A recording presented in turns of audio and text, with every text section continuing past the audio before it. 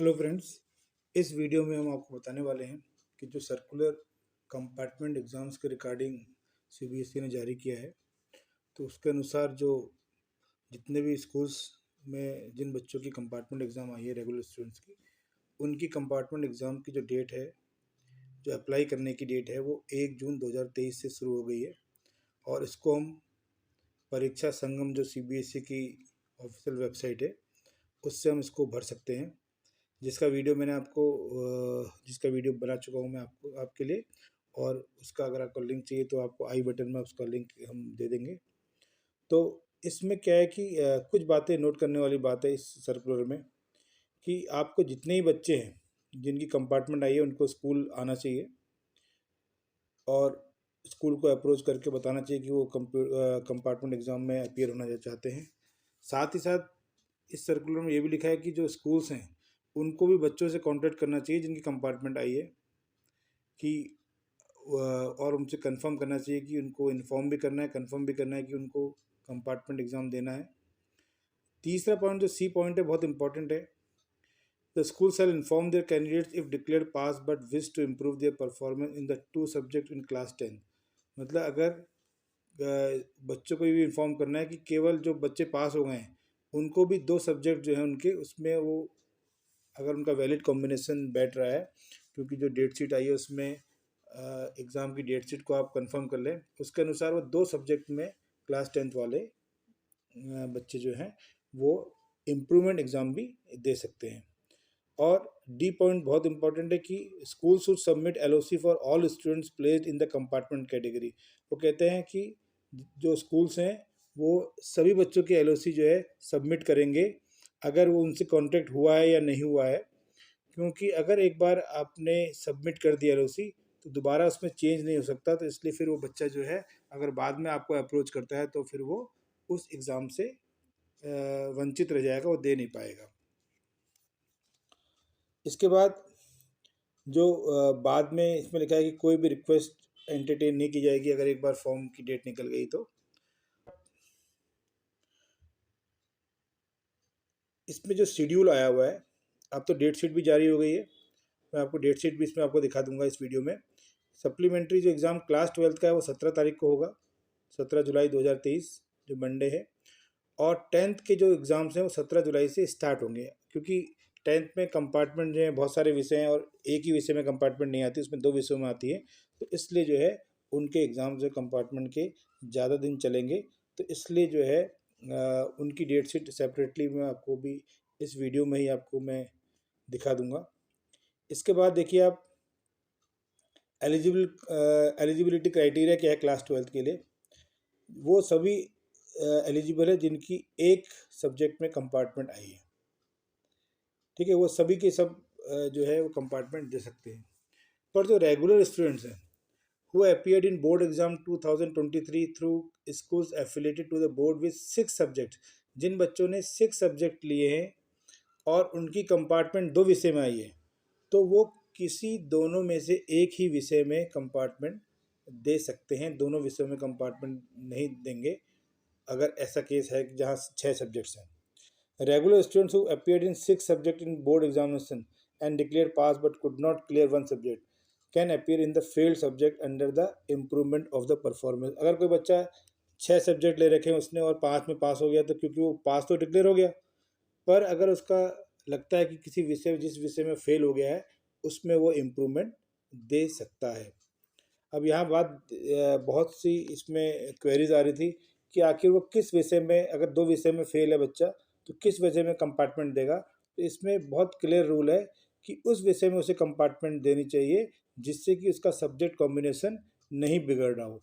जैसे पीसीएम है, पीसीबी, वो केमिस्ट, जो इन विषय के कंपार्टमेंट का विषय उसको ज़रूर भरना चाहिए, क्योंकि वो उसके आगे के लिए जो फ्यूचर के लिए वो जो सब्जेक्ट कॉम्बिनेशन है वो उसका बन जाएगा। तो इसलिए उसको मेन विषय में ही कंपार्टमेंट एग्ज़ाम, अगर उसके दो में फेल हो रहा है तो मेन विषय जिससे उसका कॉम्बिनेशन बन रहा है उस विषय में उसको कंपार्टमेंट देनी चाहिए। और 10th के लिए भी ऐसे ही है कि regular students appeared in board examination 2023 should through schools affiliated to the board and declared as compartment are eligible. जिसमें भी आपके जो रिजल्ट आया है उसमें जिसके भी आगे कंपार्टमेंट लिखा है 2 विषय में, 1 या 2 विषय में, वो सब के सब कंपार्टमेंट देने के लिए एलिजिबल है। और अगर कोई बच्चा ऐसा भी है जिसने पास उसके इस मार्कशीट में पास लिखा हुआ आया है, क्योंकि उसके 6 विषय थे और 5 में पास हो गया है, तो छठे विषय में वो अगर वो इम्प्रूवमेंट अपने चाहता है कि अपने मार्क्स बढ़ाना चाहता है, तो वो उसको भर सकता है, इम्प्रूवमेंट जो है वो भर सकता है। इसके साथ जो डेट से मैंने आपको पहले बता दी कि क्लास 10th की जो है 17 जुलाई है, मंडे से, मंडे को होगा पेपर। और क्लास 10th का जो है मंडे से शुरू हो जाएंगे पेपर, उनकी डेट शीट जो है मैं आपको शेयर करूंगा अभी। और क्लास 12th जो है उसमें एक ही दिन पेपर होना है, तो इसलिए वो पेपर केवल 17 जुलाई को होगा। अब हम बात कर लेते हैं फीस की। तो क्लास 10th और 12th दोनों की फ़ीस जो है वो 300 रुपया है, 300 रुपीज़ पर सब्जेक्ट। अगर 2 सब्जेक्ट में कोई अपीयर हो रहा है तो उसको 600 पड़ जाएंगे अकॉर्डिंगली। और अगर वो नेपाल का बच्चा है तो उसको 1000 रुपये, और अगर वो आउटसाइड इंडिया का बच्चा है, अब्रॉड में पढ़ता है, CBSE बोर्ड से एफिलेटेड है, तो वो उसको 2000 रुपये उसकी फ़ीस पड़ेगी।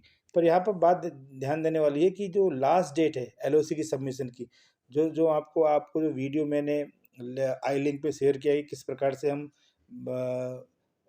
जो उसको LOC जो है कंपार्टमेंट LOC को फिल करेंगे, और उसका वीडियो मैंने बनाया है, वो आपको आई बटन में मैंने उसका मेंशन किया है। तो उसमें आप देखेंगे कि 1 तारीख से लेके 15 तारीख तक आपको वो LOC फाइनलाइज करनी है। अगर आप 15 तारीख को फाइनलाइज कर देते हो तो आपको 2 दिन और मिलेंगे, किसके? फीस भरने के लिए।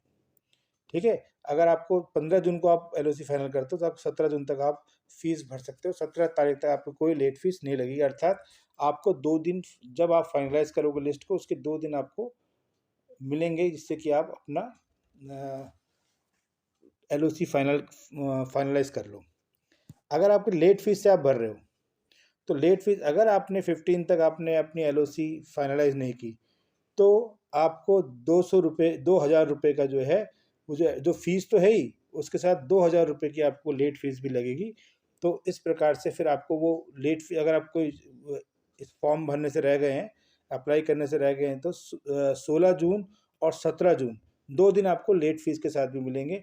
और यहाँ पर भी वही लागू होगा, वही नियम लागू होगा कि अगर आपने 17 तारीख को अगर डेट अपने फाइनलाइज कर रखी, आपने जो लिस्ट जो है LOC फाइनलाइज कर रखी है, तो आपको 2 दिन अर्थात 19 तारीख तक आपको ये फॉर्म भरने का मतलब फीस जमा करने का आपको टाइम मिलेगा। उसके बाद आप फीस नहीं जमा कर सकते। तो LOC जिस दिन आप, तो इसको आप अगर नेट सेल में समझें, तो जिस दिन आपने LOC फाइनलाइज कर ली, उसके 2 दिन बाद तक आप उसको, उसकी फ़ीस जमा कर सकते हो, आपको लेट फीस नहीं पड़ेगी। इसके बाद फ़ी पेमेंट मेथड क्या है कि आप अगर इंडिया में debit card, credit card, NEFT या RTGS किसी के द्वारा भी आप जो है इस फ़ी को फ़ी पेमेंट कर सकते हैं। तो वो हम आपके स्कूल्स को करना है उसको, तो वो स्कूल्स उसको मैनेज कर लेंगे। इसके बाद जो प्रोसेस है, उसके स्टेप्स कैसे हैं? सबसे पहले आपको एक लिस्ट ऑफ कैंडिडेट जो है वो कंपार्टमेंट फॉर्म की जो लिस्ट जारी हुई है वहाँ से CBSE से, वो आप जैसे अपने स्कूल लॉगिन करेंगे CBSE साइट में, तो आपको लिस्ट डिस्प्ले हो जाएगी। और उसके बाद जो रोल नंबर आपका बच्चे, जिस रोल नंबर को आपको सेलेक्ट करना है, जिसने कंपार्टमेंट देना है, उसको सेलेक्ट करेंगे और उसका सब्जेक्ट सेलेक्ट करेंगे।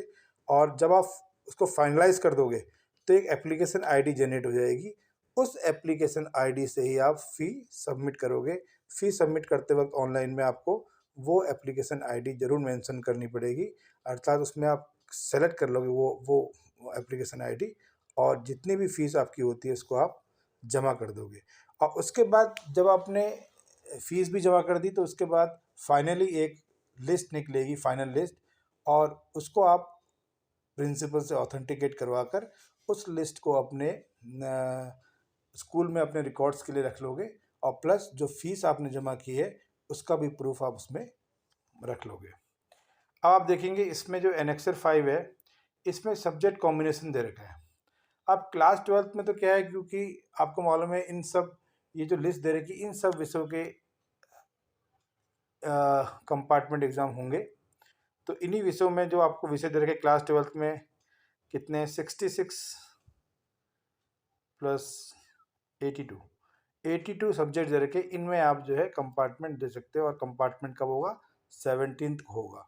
पर आप अगर इसमें देखेंगे तो क्लास 10th में तो आपको ये 33 जो आपके सब्जेक्ट्स हैं इसमें डिस्प्ले कर रहे हैं, तो इन सब्जेक्ट्स में आप कंपार्टमेंट दे सकते हो। तो ये क्लास 12th की डेट शीट है।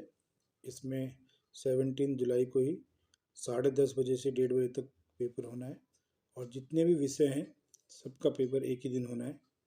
तो आपके उसके लिए सेपरेटली एडमिट कार्ड जारी किया जाएगा, तो आप उसको जितने भी इंस्ट्रक्शंस हैं आप फॉलो करेंगे। और कोई भी कम्युनिकेशन डिवाइस जैसे कि मोबाइल फ़ोन, स्मार्ट वॉच वगैरह ये सब आपको ले जाना अलाउड नहीं होगा। और इसके बाद हम देखते हैं, तो देखिए क्लास 10th की डेट शीट में 17 जुलाई को जो है वो मैथमेटिक्स स्टैंडर्ड और मैथमेटिक्स बेसिक का पेपर है। टाइमिंग वही है 10:30 से 1:30 PM। फिर 18 तारीख को इंग्लिश लैंग्वेज का पेपर है। 19 तारीख को हिंदी का पेपर होगा, हिंदी कोर्स है और कोर्स भी का। 20 तारीख को आपका साइंस का पेपर है, और 21 तारीख को आप देखेंगे कि जो बाकी जो लैंग्वेजेस के पेपर हैं, स्पेनिश, संस्कृत, ये सब जो सेकंड लैंग्वेज है उनके पेपर हैं। और फिर 22 जुलाई को सोशल साइंस का पेपर है। तो ये डेट शीट जो है क्लास 10th की है, इसको आप देख लेना। और बिल्कुल वही रूल्स जो आपने जब एग्ज़ाम देने गए होंगे, मेन एग्ज़ाम, उसके जो रूल्स हैं वही इसमें फॉलो करने हैं। आपका एडमिट कार्ड सेपरेटली आपको मिल जाएगा, तो उसमें आप अपने डिटेल्स चेक कर लीजिएगा। तो आप बने रहिए इस चैनल के साथ, आपको सारी जो CBSE अपडेट्स है वो मिलती रहेंगी। Thank you for watching the channel.